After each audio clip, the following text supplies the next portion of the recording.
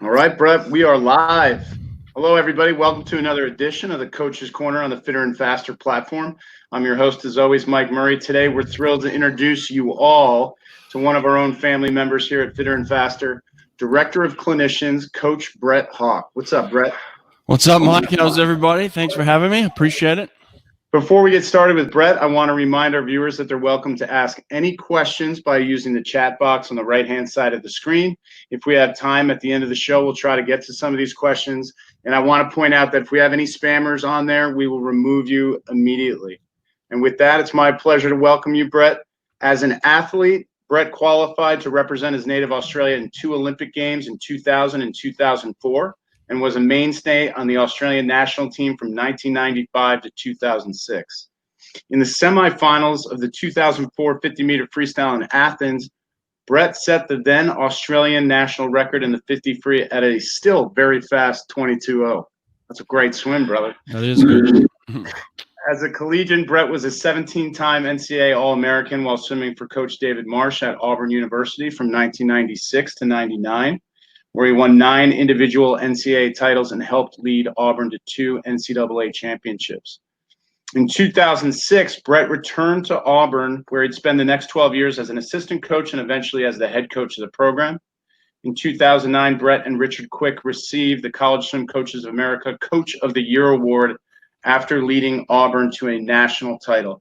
2 national championships as an athlete and 1 as a coach. What does that mean to you? Oh, man, listen, I've just been blessed in my career. I didn't set out to be part of a national championship team. I just wanted to come to America. I wanted an experience, and I just happened to fall into a situation where this team, this Auburn University team, was on the cusp of becoming champions. And so as soon as I got there, I was surrounded by people that were fighting for it, from the moment they got there, and I just had come at the back end of this thing. So 96, I believe, they got second in Texas, and they should have won. And so when I got there at Christmas in 96, leading into 97, these guys were hungry. And I was just part of this hungry group. I just came into it, and I just had to jump on board immediately. And so I was blessed in that sense that 3 months later, we won the first national championship for Auburn in their history, being coached by, legendary David Marsh, and that was his first national championship. So we knew it was special at that time. We didn't know how special. Obviously, David and Auburn went on to win many more championships on the men's side and then started to win on the women's side and become very dominant there. So the program itself became a very dominant program. And then when I was lucky to come back as a coach, work with David in 2006. We won the national championship then. I was an assistant coach. They won both the men and the women that year. And then Richard Quick came in, took over from David, and then ultimately fell sick with his brain cancer and had to sit out the last 3 months of the 2009 season. So our team just rallied together and said, we're going to win this for Richard Quick. And Richard was with us every step of the way. Which is why I think we ended up being voted Coach of the Year together, but it was really in honor of Richard. Everything we were doing was to honor him. So yeah, I've been blessed in the sense that I've been around really good people, very hungry people, and I've learned a lot from being around people like that. I think it's really interesting for our viewers to hear about what are some of the similarities in terms of pride in representing your university team and winning a championship and being on an Olympic team representing your country. What are some of the similarities there? You're part of a team. We're looked at as an individual sport in swimming, but when you come to America, you feel part of a team. You depend on people. You depend on your 400 IMA to score some points for you. You depend on at Auburn, we depended on our sprinters to get 4 up in the final at NCAAs, things like that. Your relays are double points. I mean, they're huge for your team. So relays were everything. So you feel like you're part of something bigger than yourself, as opposed to when I was in Australia at times, it felt very individual. I was doing this for me. It felt very selfish at times. this to me felt like I was responsible for something much bigger. And then when I ultimately represented my country, that's how I felt standing up behind the blocks. I realized, when I was putting my suit on and I see the Australian emblem, and then I put my cap on and it says Australia, this is not about me. This is about a whole country. And you're going out there to fight in terms of competitive athletic sense, fight against the other countries and get your country on top of the podium. So very similar in those respects, the pride that you feel and the responsibility you feel to a greater good, Absolutely. One of the things that a lot of us know about Australian swimming is how much pride and tradition goes into the national team. And swimming as a sport in Australia has really been much more elevated than swimming in a sport in the United States, though I would argue with the ISL, we're starting to get more attention. Why is swimming so much bigger in Australia? I'm not sure. Look, we put a lot of money into sports in Australia, so it doesn't matter what the sport is. We get good backing in Australia. It's a fanatical sports country. We want to be good at every sport, whether it be sailing or at lawn bowls or anything. We want to be the best at it. It's just the way that the country has been built. It's been built around sports. They love their cricket. They love their rugby. They love netball, anything to do with sports. But swimming has always been at the forefront. We've always had great swimmers. And obviously the country is mainly coastal in terms of where the population is. And so you're surrounded by water. And there are pools everywhere. And then, like I said, we've had success. Like a person like Dawn Fraser back in the 50s who was winning multiple gold medals is just a legend. So people like John Conrads and Murray Rose, these people from back in the 50s had really built the tradition and the passion and the love for swimming. And then, we had people like Duncan Armstrong in 1988, do something phenomenal by winning the 200 freestyle, beating Matt Biondi and Michael Gross, and Australians are just in awe of that success. And then Kieran Perkins comes along, and then Susie O'Neill and Ian Thorpe comes along, and Grant Hackett and Michael Clem, and we've just had some legendary swimmers in our history. And then you get a coach like Don Talbot come along and say, hey, our goal is to beat the Americans. And then everybody in Australia can rally behind that. They're like, sure, let's go. We want to beat the Americans. So ultimately, I think we ended up doing that in 2001 in Fukuoka at the World Championships. We actually beat the Americans in terms of gold medals. It was the first time in Australia's history. So, they're just passionate about their swimming. They love it. And I've always been very proud to be part of that down there. One thing that I've always noticed about the Australian national team, whenever we went to Santa Clara, they were often there as a group, especially in an Olympic year. And the camaraderie on that team just feels so authentic. So you guys refer to each other a lot as Hawke, Thorpe, Hackey. Can you talk about how that camaraderie leads to enhanced performances at meets? And this goes hand in hand with the characteristics of champions, and that's why I want to touch on it. Yeah, I guess in a way, like the way the system is built here, you go to colleges and you fight against each other in a way, whereas we don't have that system down there. It's very much a very small community, and if you're good, you ultimately become best friends. That's what we were. We were great mates, good friends, and then the other thing is we're so isolated down under that we have to travel to go to meets. So anytime that a team is being funded, they're going to put the best athletes together and they're going to send them to some of the best meets. And so you're just traveling the world with your mates and your friends. And, obviously you're competing against each other sometimes in certain events, but you become a family. And that's kind of the way the Australian team is built is it's a small family and a lot of respect. And that's kind of the way it was for the way that I knew it anyway. It's transcended time too, Brett, because when you listen to your podcast and you have some of your former teammates on, you can hear that relationship is still very strong. Is there a strong alumni bond there too? Not so much. I don't think there's an alumni bond. They don't do a greater job as America does on that side of things in terms of that. But I think, There's been some pride built in recently. They give each person that makes the Australian team, they give you a number now, and they dated it back to all the way back to when they first started swimming for Australia. So I can't remember my number, but I know that everybody has their own individual number to say, hey, I'm number 523 or something like that. So it's like once you get that number, that's it. You're an Australian swimmer for the rest of your life. It's like a badge of honor. So certainly. Everybody dreams of, and anyone that's a swimmer in Australia dreams of representing Australia and wearing the green and gold and becoming part of that folklore, that history, Absolutely. And what a history and tradition it is. The Bondi Iceberg Pool, one of your favorite pools of all time?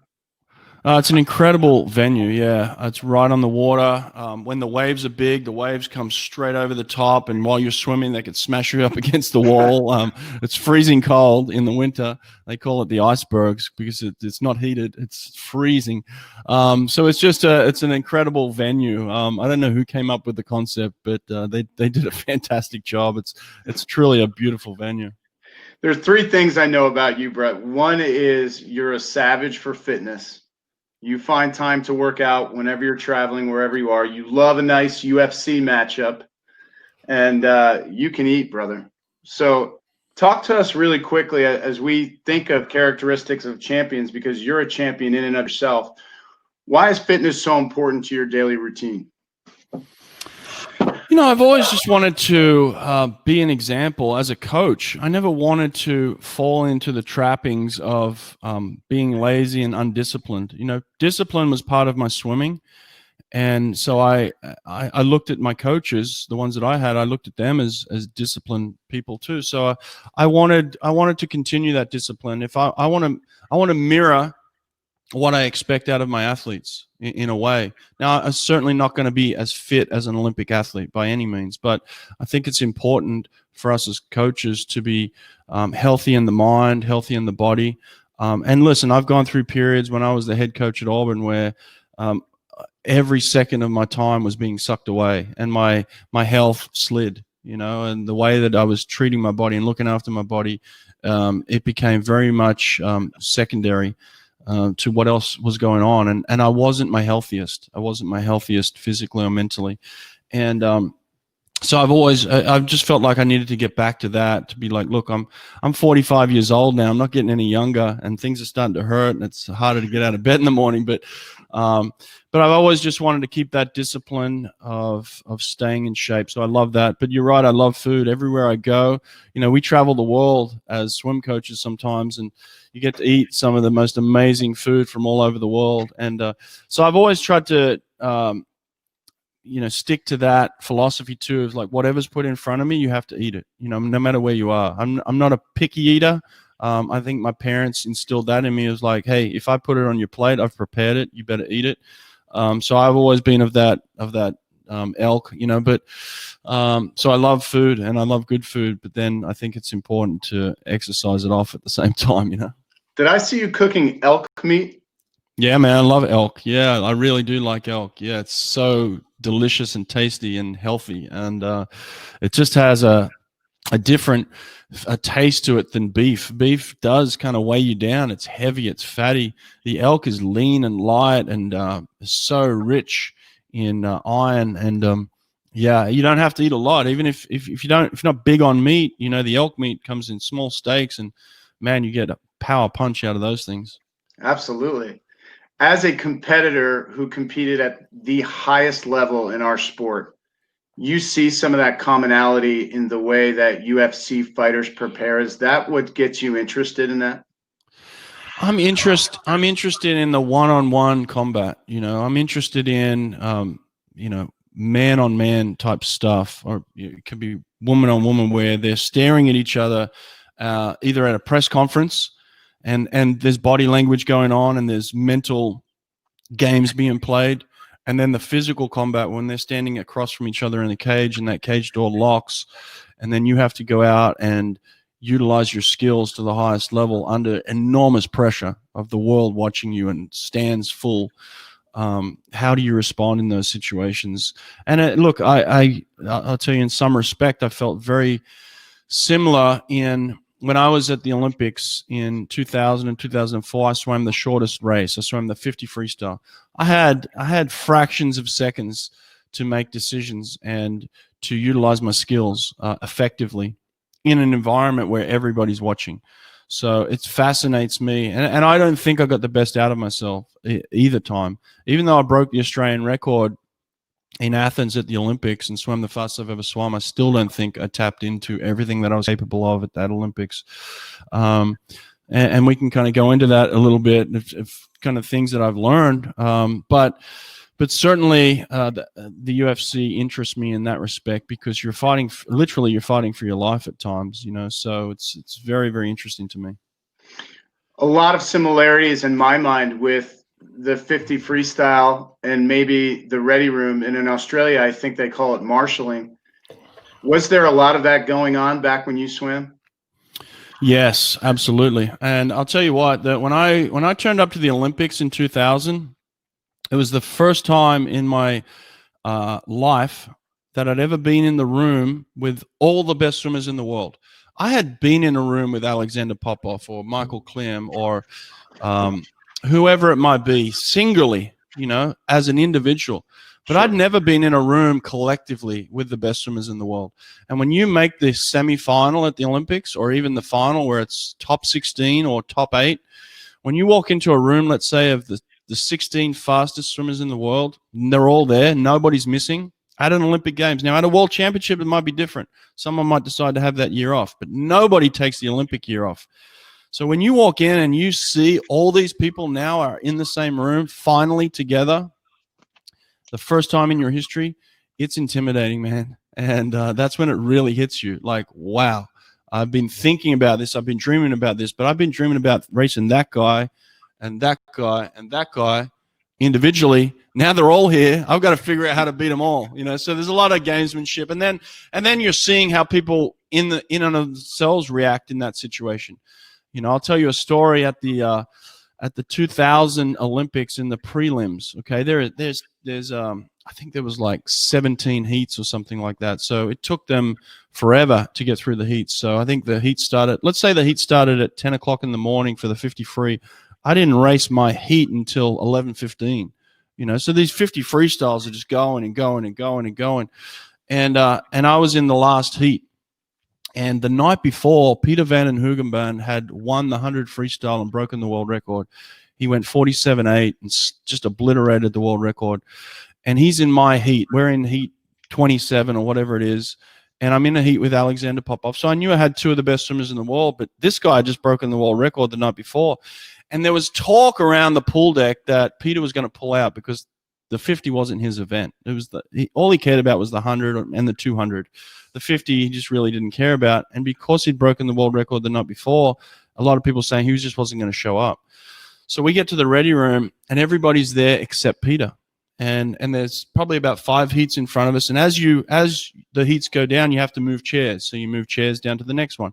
And literally, I'm in lane 6 for the prelims, and Peter's in lane 5. So as we move down the chairs, lane 5's empty. I move down to the next chair. Lane 5's empty. Move down to the next chair. Lane 5's empty. Eventually, I get to the front, and then the last line is in this hallway where you have to line up to walk out to the pool deck. So we go out to the hallway. I say, all right, last heat, you're up. We go out to the hallway. And also, in reference to this, if you're not there at a certain time, they also disqualify you. Like if you're not there at 10 minutes before your race, they can disqualify you. So I'm thinking, great, either Peter's not turned up or he's been disqualified. And I'm like, oh, awesome. Like there's one guy I don't have to worry about. Let me just take on Popov over here. And so I'm thinking, great. So we're lined up in the hallway, and then they say, okay, last heat, you're up. Let's go. I take one step. Seriously, I take one step forward. Peter jumps in front of me. And I'm like, oh, shit. Like literally, that's the way I reacted. It was a really poor reaction. But in my mind, I'm thinking I don't have to take on this champion. And then the whole way down, I'm thinking about Peter. Oh, great, Peter's here, great. And so this is what I'm thinking right before the time of where I'm supposed to be at my best. I'm supposed to be performing at the highest level in front of 17,000 Australians. And as soon as I walk out, they start screaming. And I'm thinking about Peter, and then now I'm feeling this energy, and I couldn't breathe. Like it took my breath away for for about 4 or 5 seconds, I stopped breathing. It was just, like I had not prepared for that moment adequately. So when I get into the pool and I start racing, I think I posted this video on my Instagram. I get out like a freak. I'm out the first 25. I'm out blazing. I've seen it. It's unbelievable speed. Yeah, I'm out ahead of Peter, about half a bone length ahead of Peter. I'm out ahead of Alexander Popov. I'm moving, but I'm spinning, man. I'm just spinning, and I'm frantic, and I'm swimming frantically. And so the last 10 meters, I just die. Like I literally just seized up. And so, the ready room can have a real effect on you, on your performance. And so as a coach, what I've tried to do is prepare my athletes for that moment as well. And that's why I've had success at World Championships and had success at Olympic Games. And honestly, I talked about this with Cesar Cielo going into his first Olympics in 2008. I talked to him about the ready room. We went over things like this so that nothing was a surprise to him, and that actually he could have an influence on other people in a negative way with the way that he reacted and the way that he carried the room. And it's certainly, I think that's one of the things that he was very gifted at as well.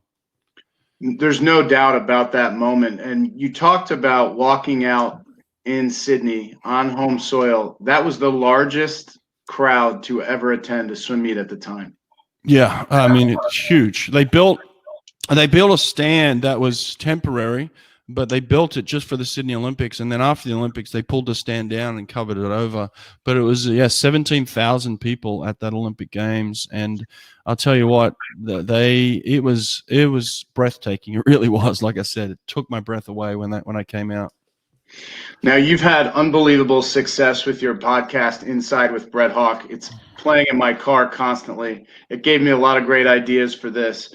But you've had so many great athletes on, and not just swimmers. Can you talk maybe about some of the characteristics of the champions who are not swimmers that you've kind of discovered on your podcast? You've had a lot of surfers. Talk a little bit about that. Yeah, it's interesting to mix it up with different sports and some different people. I was lucky through this platform with Fitter and Faster to interview Carl Lewis. Right. And one of the greatest athlete of the 20th century, an Olympic athlete. So that was incredible. And then I interviewed Otto Wallen, a boxer, for Fitter and Faster as well, and that was incredible. And now we're friends. We actually talk to each other, and so he's got a fight coming up, and he's just, so I've been able to build relationships, but yeah, just dealing with some other athletes as well. I had a surfer, like you said, Mason Barnes, who was incredible, and he surfs waves that are 50 foot tall. It's like, you're insane. So just learning. But listen, there's commonalities. Even when I talk to Otto about walking out to face Tyson Fury in a heavyweight boxing match. Tyson Fury is the heavyweight champion of the world, and this guy fought him 2 fights ago and took him all the way and cut his eye really bad. Could have won that fight. Fought very, very well. But I asked him, what's it like warming up in the back for the fight? When the cameras are there and they're watching you warm up, and you're watching these other fights go on outside. What's that environment like? That's kind of like the ready room. And then I said to him, well, what's it like walking from that room out towards the ring through the crowd? Like, what does that feel like when they're playing your song and you're just, the spotlight's on you? What are the emotions there? And then I asked him, well, what are the emotions once you're in the ring and you're faced off against your opponent? And look, he said the same things that we feel. You're very nervous. The further out you are, the more nervous you are. And that's the way it is for a swimmer. If you've got something big coming up in 2 hours, you're very nervous at that point. But when you walk out onto that pool deck for the Olympic final, or you walk out into that ring to fight Tyson Fury, you're in your home, you're in your happy place, you're in the place where you go to every day, and all you're thinking about is what you need to do to perform. And when you're at your best. When you're at your worst, you're thinking all the things that you shouldn't be thinking. But when you're at your best, you're really in your happy place. And so and that's the same for surfing. He was telling me the same thing. When he's out in the ocean, he's not thinking about the 50-foot wave that could kill him. He's thinking about, this is my happy place. I know how to surf. He just goes into automatic. And that's what we do as athletes. We train to go into automatic. We don't train to have to think at that stage. The best athletes in the world go into their training mode of like, I know exactly what I need to do because I've practiced this thousands of times, and this is where I feel most comfortable. So we all welcome competition. We all love it. We all thrive on it. And all the sports, no matter what you're doing, it's about being competitive and about pushing the limits. I was talking to Jack Roach about that very thing, and he told me athletes who are able to be present in the moment are the ones who create opportunities for themselves to be successful. How do we as coaches challenge our athletes in practice, whether it's through a set or whether it's through getting them to think about their stroke in a different way?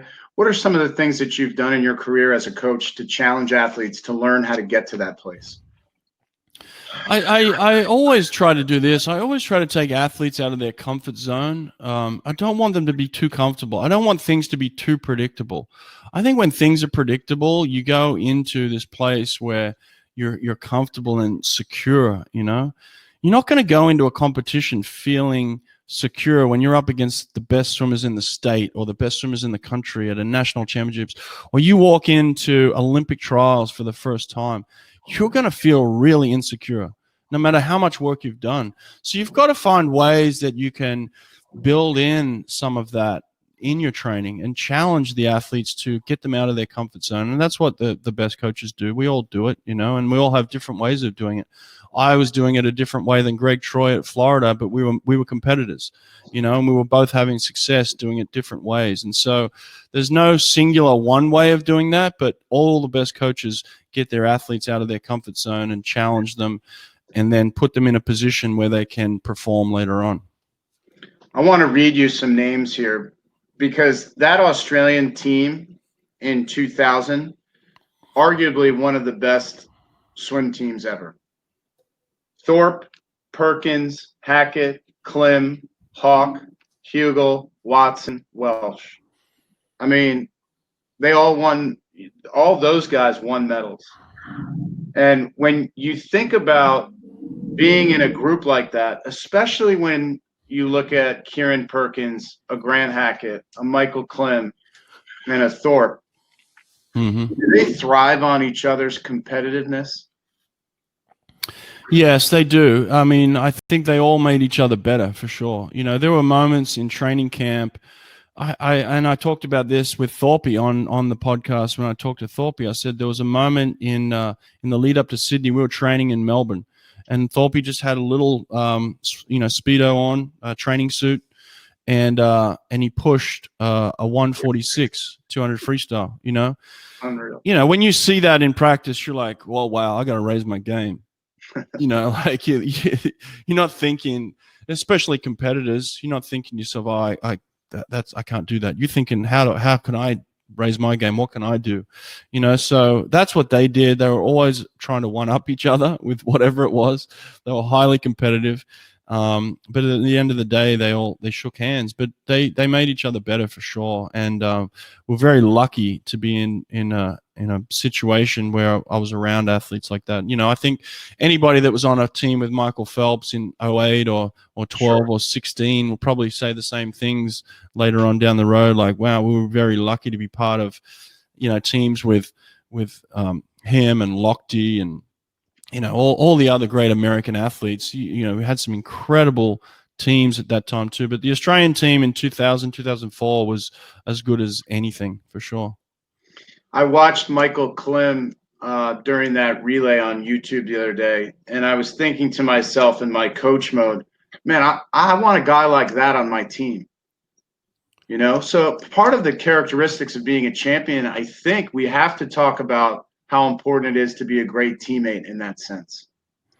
Yeah, for sure. You know, the best teammates that I ever had were not selfish with each other. You know, they may have been selfish in terms of getting the performance that they need, but they weren't selfish with each other. And so they were very giving and caring. You know, when I swam the 50 freestyle in the Olympic final in 2004, there's a picture of Ian Thorpe, Grant Hackett, and Michael Klim on the pool deck with their shirts off, swinging their shirts, cheering for me as my name is announced. You got three of the greatest athletes in history. They could have been doing anything, warming up or talking to somebody else, but they're there supporting me, swinging their shirts around, screaming for my success too. So that's the kind of teammates that I had for sure. They were selfish in the fact that they wanted to be the best, but they weren't selfish when it came to wanting for you to be better as well. And I think that's an important trait that all those guys possess. Absolutely. I think we're always thinking about how to help our athletes develop and cultivate passion for what they're doing and the attitude and effort that's required to be a champion. Can you talk about some of the motivating factors that were behind Cesar's success or Bruno's success now? Yeah, I think we give a lot of credit to the athlete and their talent a lot. And I want to give some credit to coaches, because I do feel like I had a real impact on their success. And I know that coaching is important. And I think in this country we do a great job. In America, we do a great job of holding up coaches as vital parts of the ingredient.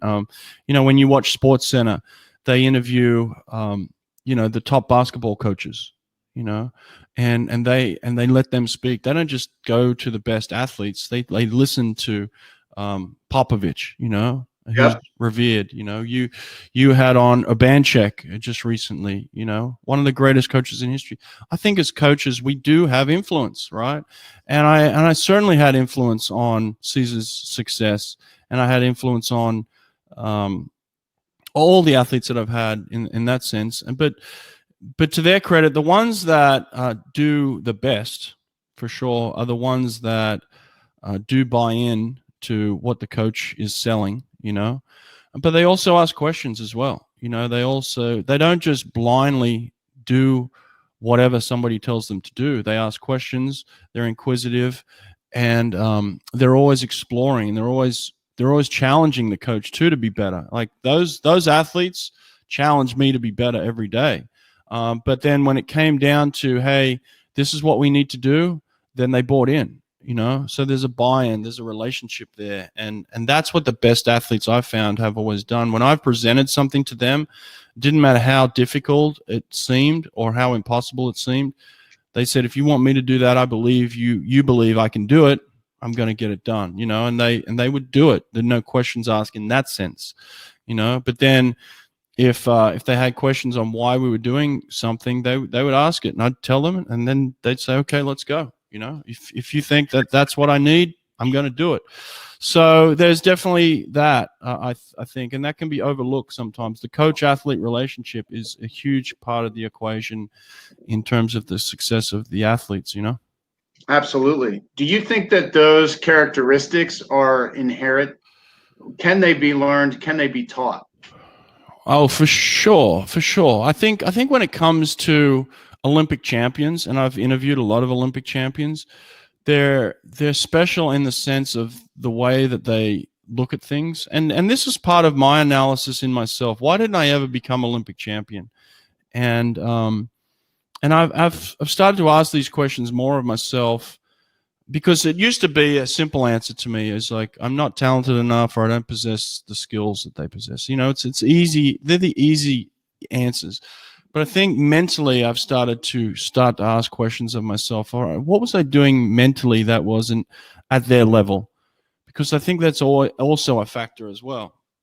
And one of the things that I've come up with that I feel like I didn't do a really good job of over the course of my career is I never saw myself as a winner at the highest level.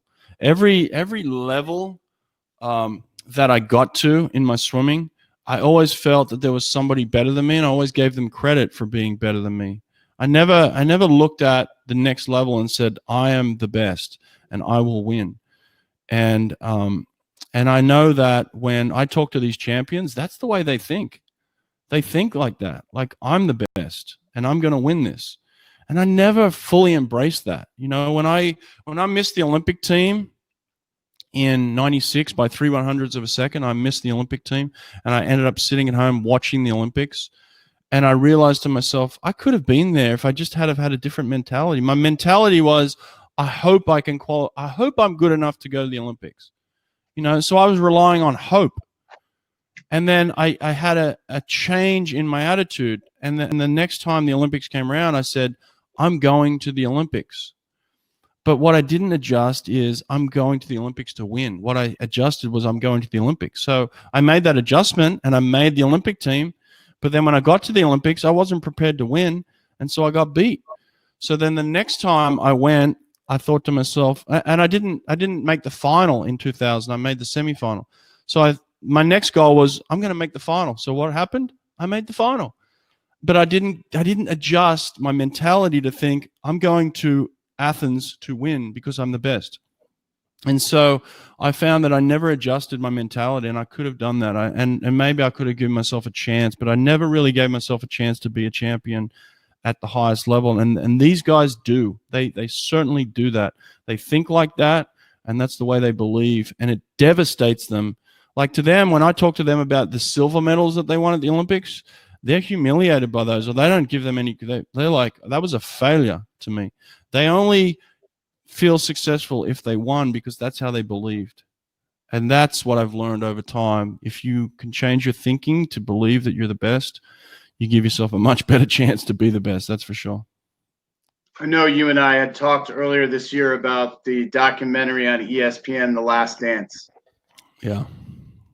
That moment where Jordan describes very candidly that he's aware of the way that he is and how it can be off-putting, yet at the same time, that's what made him the ultimate champion.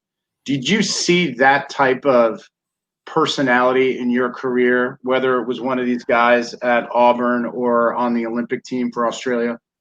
I certainly saw it in Grant Hackett. Grant Hackett refused to lose. He didn't lose a 1500 in 11 years. I listened to that and I couldn't believe that. He didn't lose a 1500 in 11 years. Think about that. Nowhere. Not at any level. A 1500 in 11 years, that doesn't happen. It's ridiculous. So it's like this guy refused to lose. And he had the mentality of a true champion. Like, I'm here to win. I'm not here to get second. And then I talked to Amy Van Dyke, and her podcast came out today, and she said the same thing. Like she knows that she was not a good teammate because she wasn't there to be a good teammate. She was there to be Olympic champion. And that rocked the boat. That made other people feel uncomfortable because of the way that she went about it.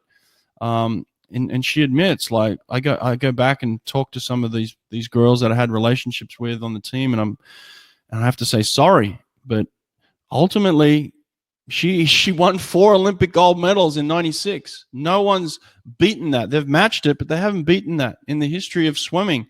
4 Olympic gold medals for the U.S. So she had the mentality that she was just going to be the best, and that was hard to be around. And it's kind of like that Jordan mentality, you know? Yeah, I think Michael certainly had that mentality watching him. There was just no way that he was going to let anybody beat him. And when I was talking to another coach last week, we were talking about some of these things.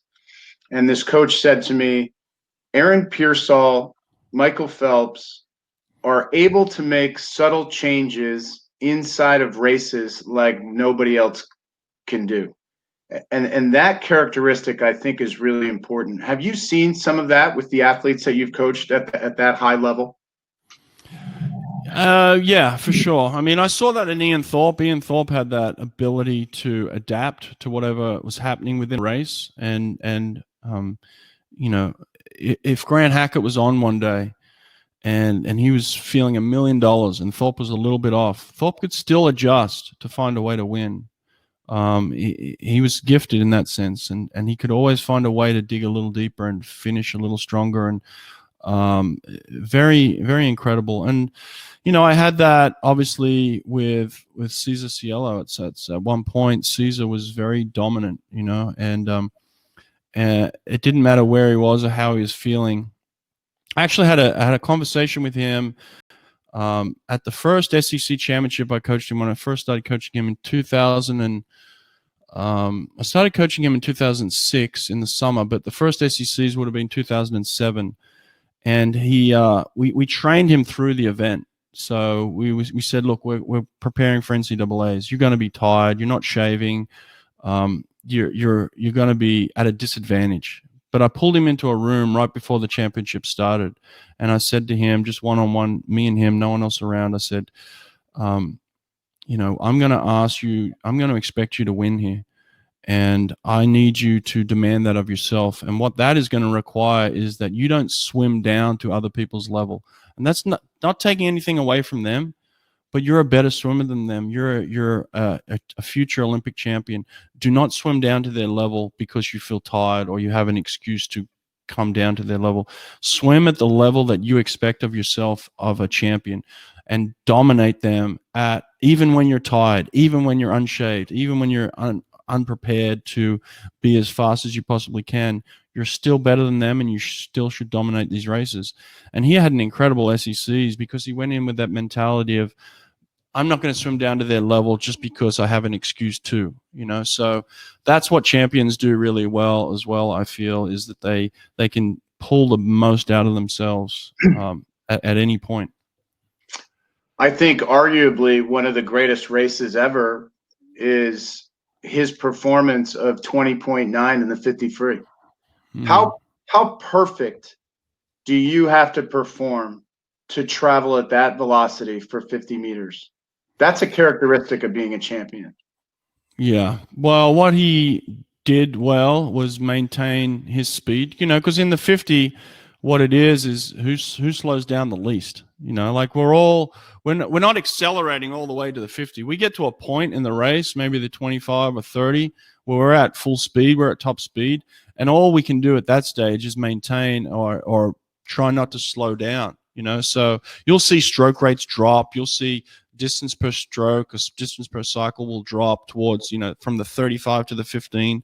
And what will happen is it's whoever deteriorates the least. So in a 50, these guys are just falling apart, really. And what Cesar was able to do at that stage was maintain his stroke length and the power that he was getting out of his strokes and maintain it all the way through the wall. So that's what it's going to take for somebody to break that world record, is being able to maintain their top speed for a longer period of time without deteriorating. And, Caleb Dressel obviously is very close right now.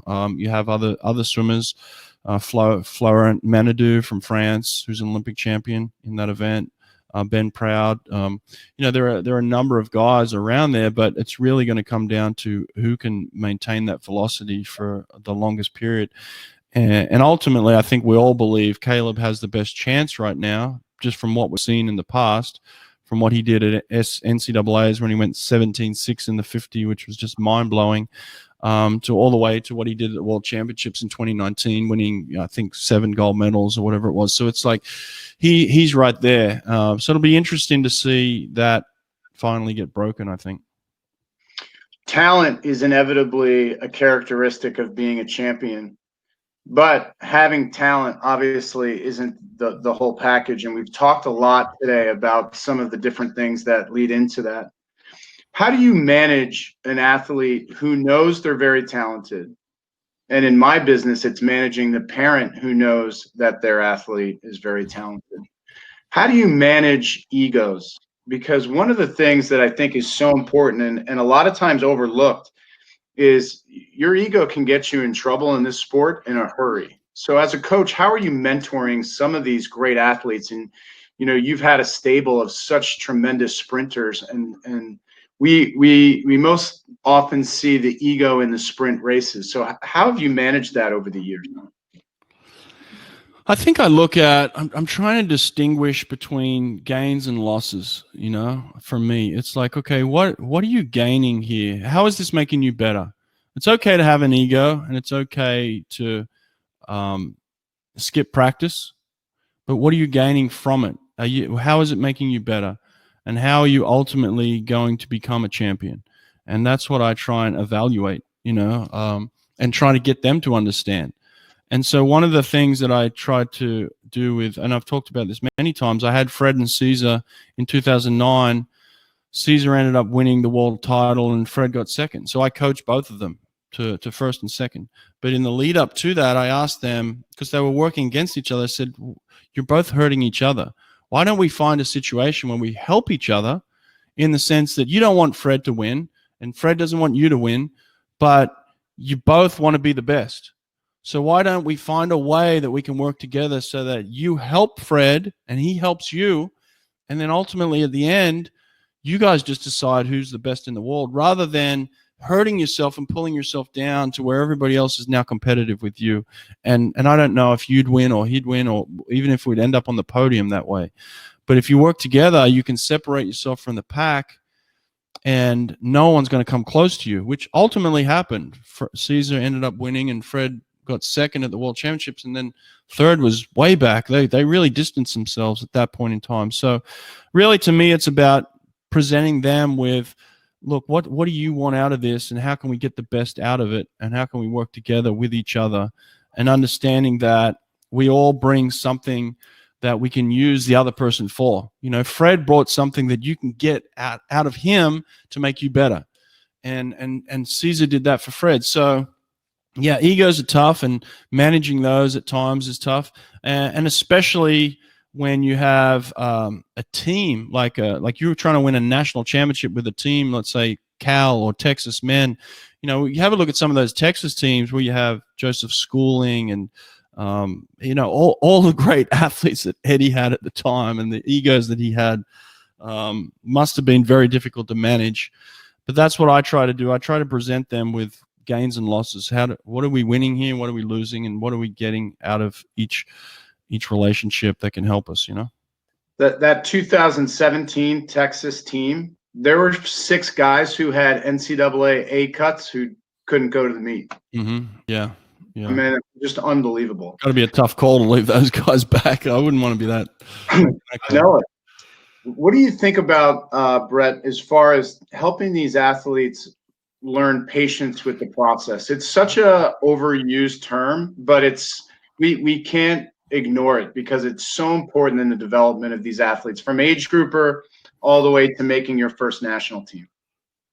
Yeah, it's true. You know, being patient is part of the process, you know, like I look at it as building blocks, you know, or I try and liken it to climbing a mountain like Mount Everest. You know, you're not going to get there in a day. You're going to have to take steps forward, then you're going to have to rest. Then you'll take steps forward and you'll have to rest and adjust. And then eventually over time, you'll get there. But one of the things I try to do on the road to getting there is, you know, doing nothing which is of no use to you. You know, cut out the things that aren't helping you get to where you want to go.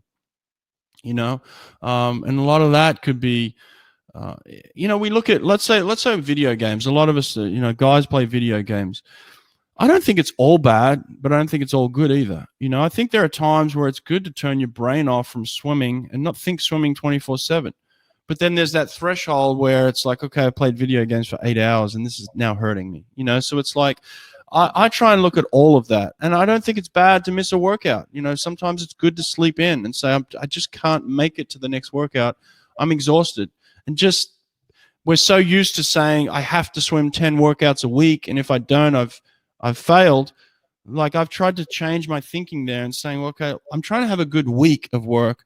And if it means sleeping in on this morning to finish off the week where I look back and think everything was great, then I'll do that. So I look at it in terms of trying to do things, avoid things that aren't going to help you.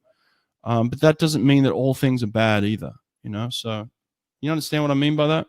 Absolutely. And we want our athletes to feel good, right? Yeah. I mean, yeah, I think I've always got the best out of my athletes when they're prepared to get the best out of them. And then that doesn't mean they're always going to feel good. There are times where you have to mentally get through things, you know, for sure. And I think, but I don't think beating athletes down anymore is the answer. You know, I think it used to be the way of like, oh, I'm going to beat them and beat them and beat them and beat them and beat them.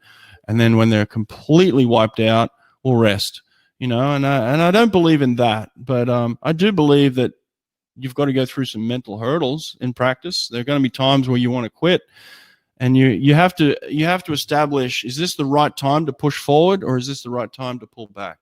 And I think that's part of the art of coaching as well. And that's where I've always felt like the best athletes too have been good communicators in saying, no, I'm really done here. Like I can't give any more. Or, you know what? I've got an extra gear that I didn't think I had. I'm going to tap into that right now. I coached Ariana Vanderpool Wallace. She was very good at that. There were times where I could just tell she had just given me everything she'd possibly give me, and it was affecting her mood. She'd get very short or snappy, and I'd be like, okay, Ariana needs a rest. And then there were times where it was just like, no, keep pushing me. I need to go more. I've got more. And it was like, okay, great, let's go. So, generally the best athletes understand that process as well. Yeah, we want to avoid the law of diminishing returns, I think, in coaching all the time. And as a young coach, that's something that I had to learn some tough lessons on. I wanted to push every day. I kind of changed my mindset and said, listen, you need to stop trying to motivate the athletes all the time. Let the athletes motivate you. And I think you don't get to that point unless you're really paying attention to how they're developing in there. One of the things that Dave Durden does at the end of the season, once they're getting ready for Pac-12s and NCAAs, is he says no more video games. Because guys are getting emotionally charged up when they play. So that reminded me of that. And then just clarity of focus at the end of the season. I think it's a great way for guys. And I say guys because typically in the college locker rooms, that's what they do, right? So, I think it's important to recognize when those things aren't helping us, and you hit the nail on the head there. Yeah. I want to talk about another thing that's often talked about in coaching circles, and that's flow state. Mm-hmm. And it certainly can be brought up in the conversation of the characteristics of champions. But who in your experience was able to really get into that mind frame? What do you think flow state is? Is it a real thing? Talk about it a little bit. Yeah, I mean, I've had moments where I've got in there, and you mentioned earlier that I broke the Australian record in Athens, and I was certainly in a flow state when I did that. In the semifinal, it's where I believe you can put all your inhibitions aside and all your doubts and all your fears and all the noise. You can block the noise out. There's a lot of noise going on wherever you are, especially on a pool deck when you're competing. There's a lot happening.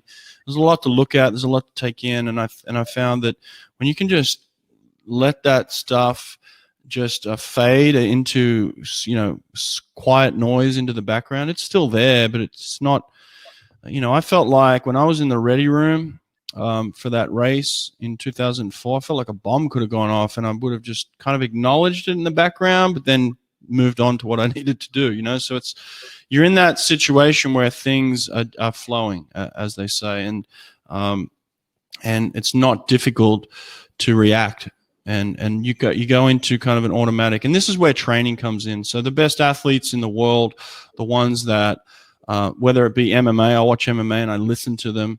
The ones that win and the ones that get into that state and the ones that are relaxed are the ones that are the best prepared. I mean, they're prepared. They've trained very, very well. And, like I said, with Grant Hackett not losing in 11 years, it wasn't because he could just get into a flow state, which he did. It was because he trained to prepare to be the best and challenge himself to rise to any occasion, which then enabled him to get into a flow state through his performances, So, the guys like that were incredible at it. Alexander Popov went on a run for many years where he wasn't beaten. And I felt like he had the ability, no matter what was going on, as soon as he walked down on that pool deck, he became a different person. It was just like emotionless. And he talked about that on the podcast too, of just being, he went from one person to the next, just switch gears. As soon as he'd be out on the pool deck, it became, what do I have to do to get the best out of myself? And a lot of that was just pure relaxation. When you watched him swim, and I watched him at the Goodwill Games in 97 on Long Island, Bill Pilzuk had a really great race in finals. And I think Popov was 7th at about 25 meters with this long, easy-going stroke. And he won by a body length and a half. Yeah. Just so dialed in with that.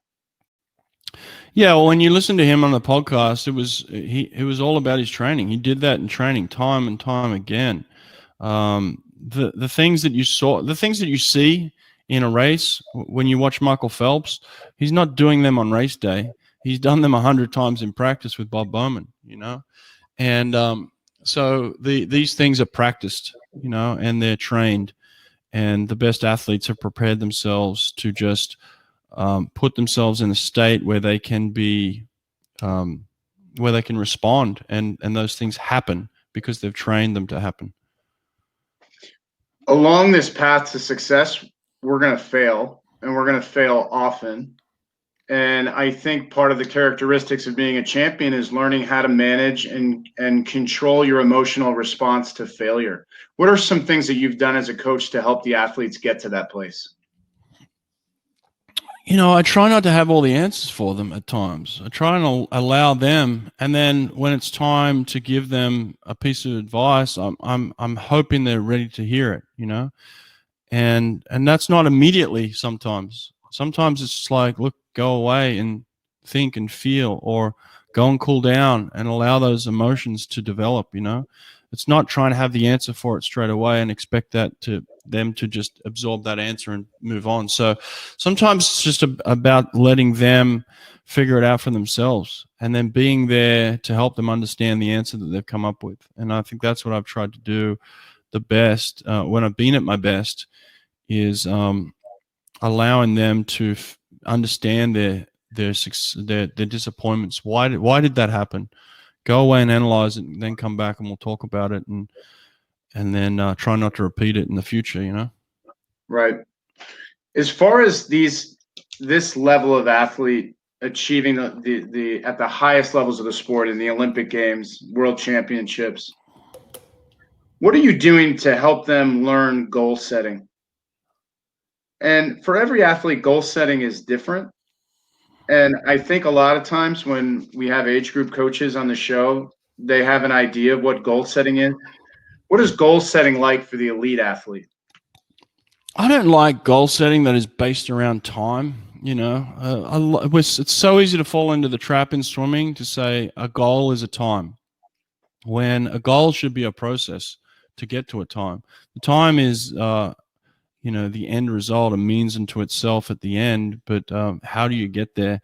And so often we're focused on the time, we forget, we don't understand the process. We don't even know how to get there, or we think we're doing the right things, but we haven't really set out goals that are going to help us get to that. And I certainly fell into this trap as well. I wanted to break 21 seconds. I wanted to break 22 seconds. I wanted to swim 21, and I got to 22:07. And a lot of that was because I was focused on this time that I had and I wasn't necessarily focused on the process of how I was actually going to do it and breaking it down. And so I try and get my athletes to think more of that. And there's so many things in the process. There's daily things in the process. There's weekly things. There's monthly things.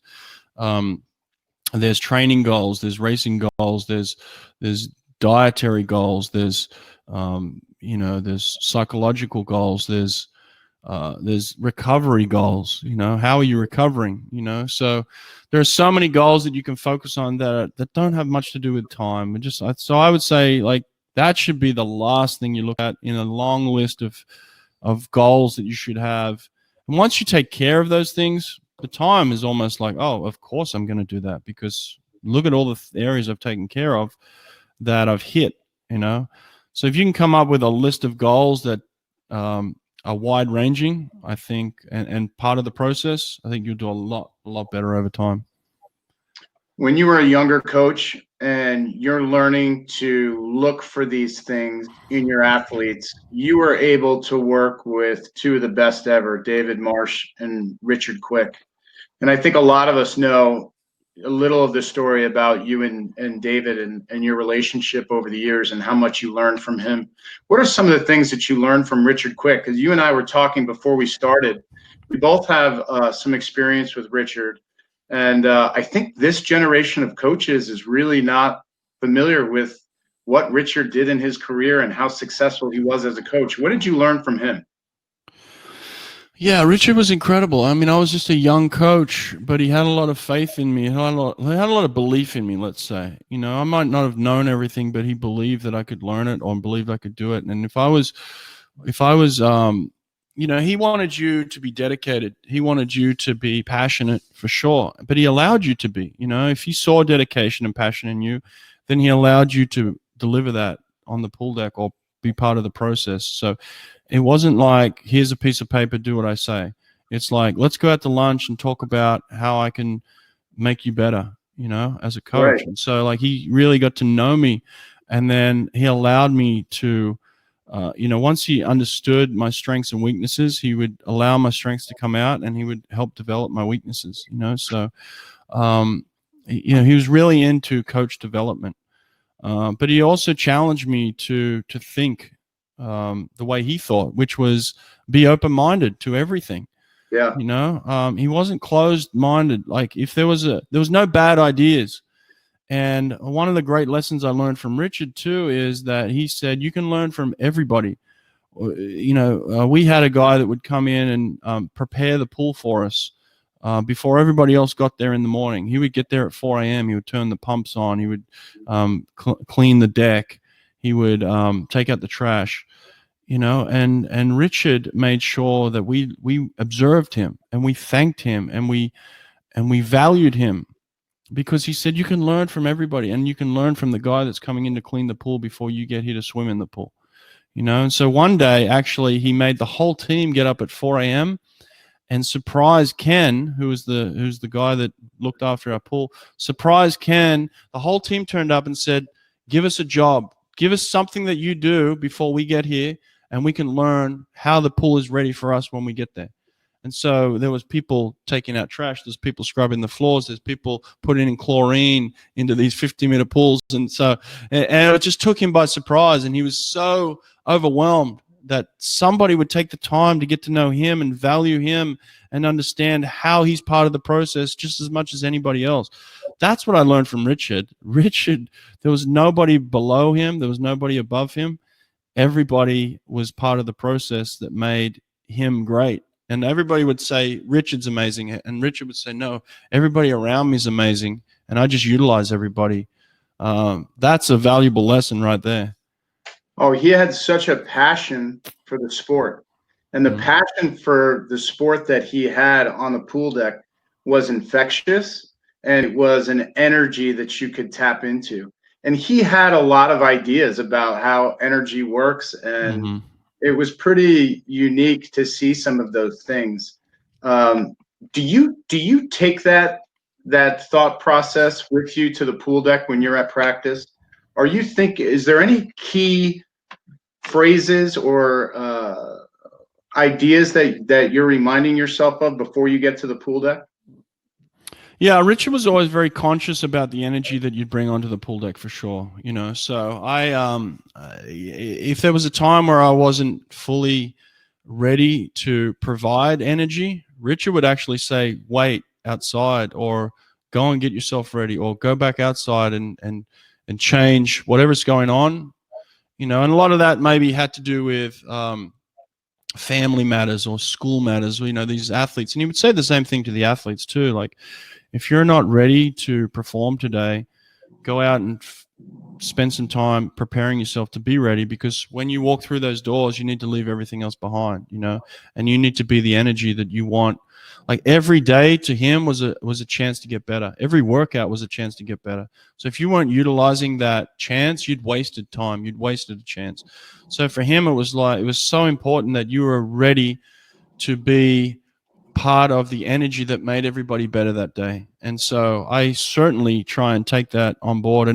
And when I became head coach at Auburn, that became more and more difficult for me. It was very, very challenging, because I was being weighed down by stuff that was happening that didn't really have to do with what was going on right then and then on that pool deck, because I was managing certain things, and I didn't end up being the coach that I wanted to be over time, because of the way that Richard had taught me that the energy was so important on the pool deck, and my energy was being taken away from me at that point.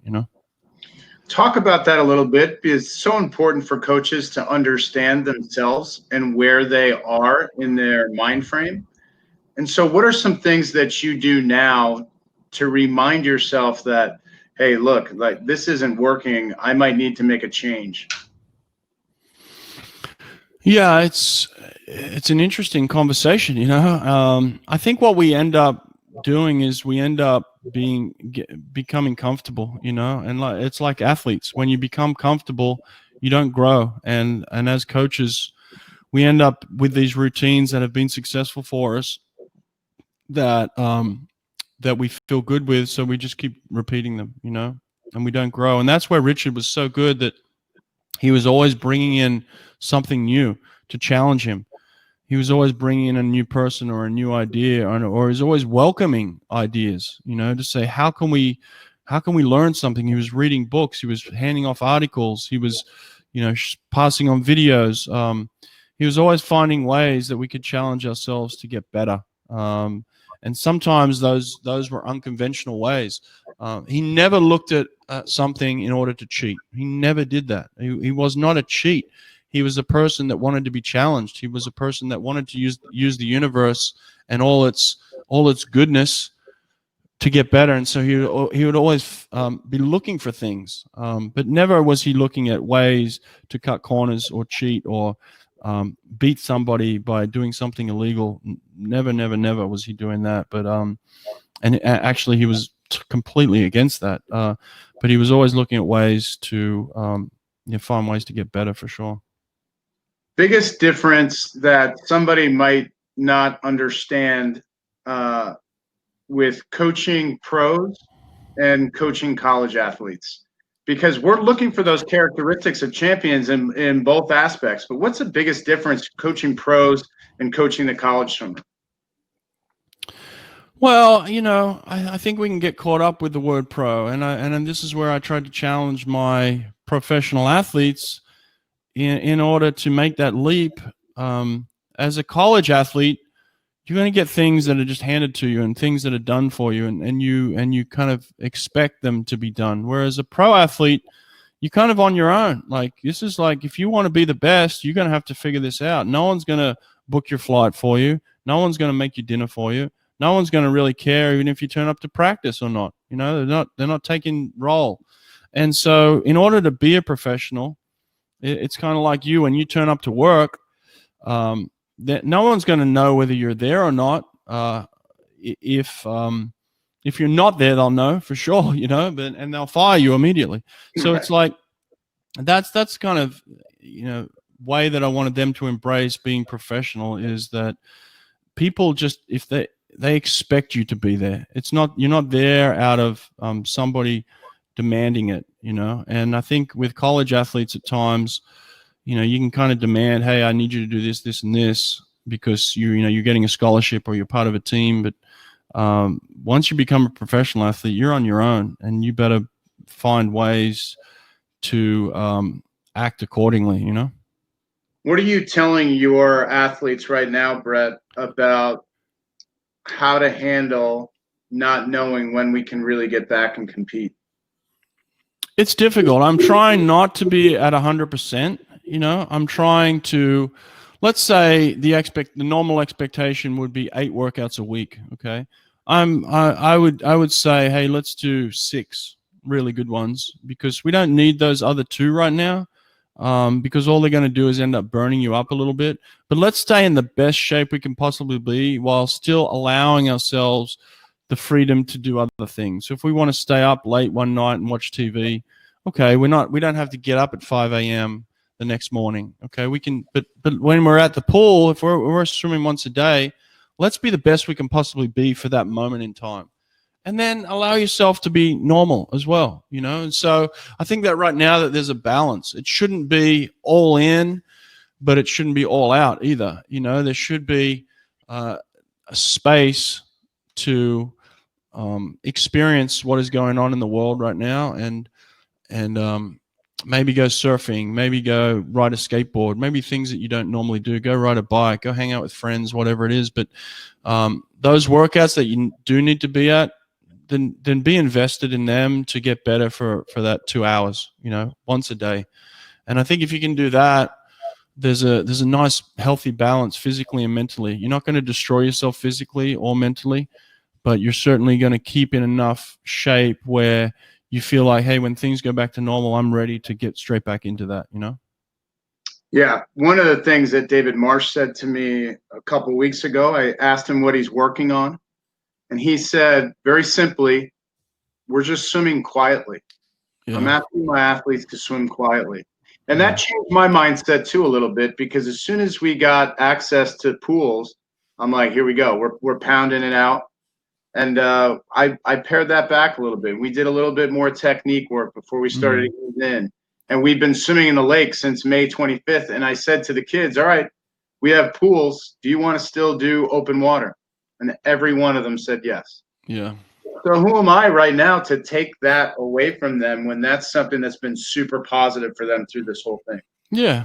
Yeah. Yeah, exactly. I think that you just need to strike a balance right now. As long as they're being athletically minded, but at the same time, you're not being so strict on them that they can't just feel normal as well, and just enjoy the process right now, because it's not do or die right now, but it's certainly, you've got to still keep your sword sharpened, as they would say, like, still be there so that when the time comes, you can dive back into serious work again. Couple quick fire questions for you. You ready? Yeah. All right. What goes down first? 21 seconds flat again in the 50, even though Cesar's already got it. But who's going to be the next one to do it? Is that going to happen before 4 minutes gets broken in the 400 IM? 4 minutes in the 4 IM. I would think so. You've got to be doing. I think you got to be doing some serious pull work to get under that 4 minutes in the 4 IM. I think you can be doing some really good athletic work out of the pool right now and still get under that 21 seconds. So I think that's probably the best chance of being broken first. And I think, again, the person that has the best chance right now, until I'm proven wrong, is Caleb Dressel. Absolutely. All-time favorite college swimming memory? Wow, that's a good question. I mean, it's very hard to go past when I won the 50 freestyle freshman year for my team, and just seeing my teammates going berserk that this young freshman kid from Australia had just taken down the best in America and helped them win a national championship. So for me, that was a very special moment. And then also hoisting the trophy in honor of Richard Quick in 2009, and having the team circle me, and just thinking about Richard as we were hosting that trophy, that was a very, very special moment. What a moment that was. Yeah. How many American teammates did you bring back to Australia? What was that? Like, how many college teammates did you bring down to Australia to visit your home? Oh man, I wish I had brought more. I mean, we had a lot of international athletes, so a lot of them traveled. I had my two roommates were from France. Actually, one of my roommates was the coach of Flo Manadou when he won the gold medal in 2012. He was actually the coach of Flo, and he was my roommate in college. So pretty incredible. In 2008. I coached the Olympic gold medalist in the 50, and then 2012, my roommate ended up coaching the gold medalist in the 50. So how about that? Pretty cool. That's awesome. The other question I wanted to ask, this is a popular one on Coach's Corner, but you can only do one set.